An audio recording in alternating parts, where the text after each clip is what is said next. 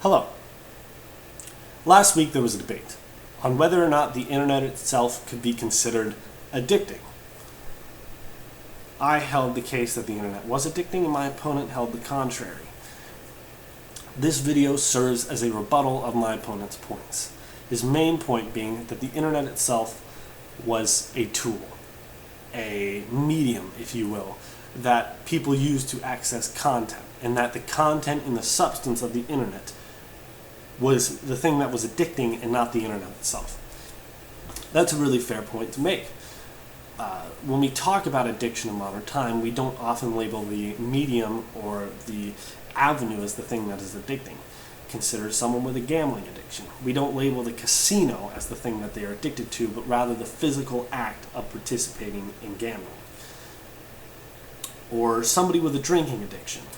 We don't say that they're addicted to the action of drinking. I can drink a great many things: water, lemonade, Coke, alcohol. And in most cases, many of them are not considered addicting. Rather, it is the intoxicating effect of alcohol, the effects on the body of alcohol that have us label it as being something that is addicting. And much is true in the same way when you look at the internet. I think I would agree mostly with my opponent on that point.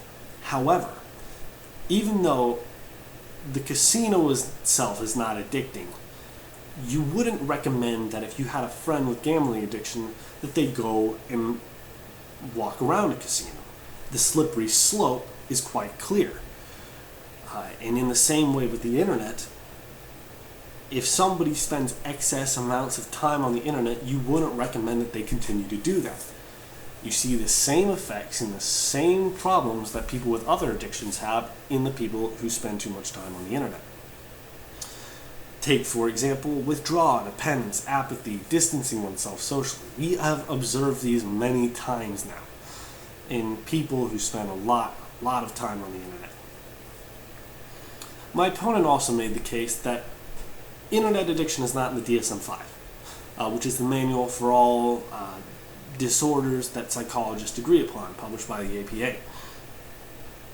If it was a serious enough disorder, then you would see it in there. And I believe that's absolutely true.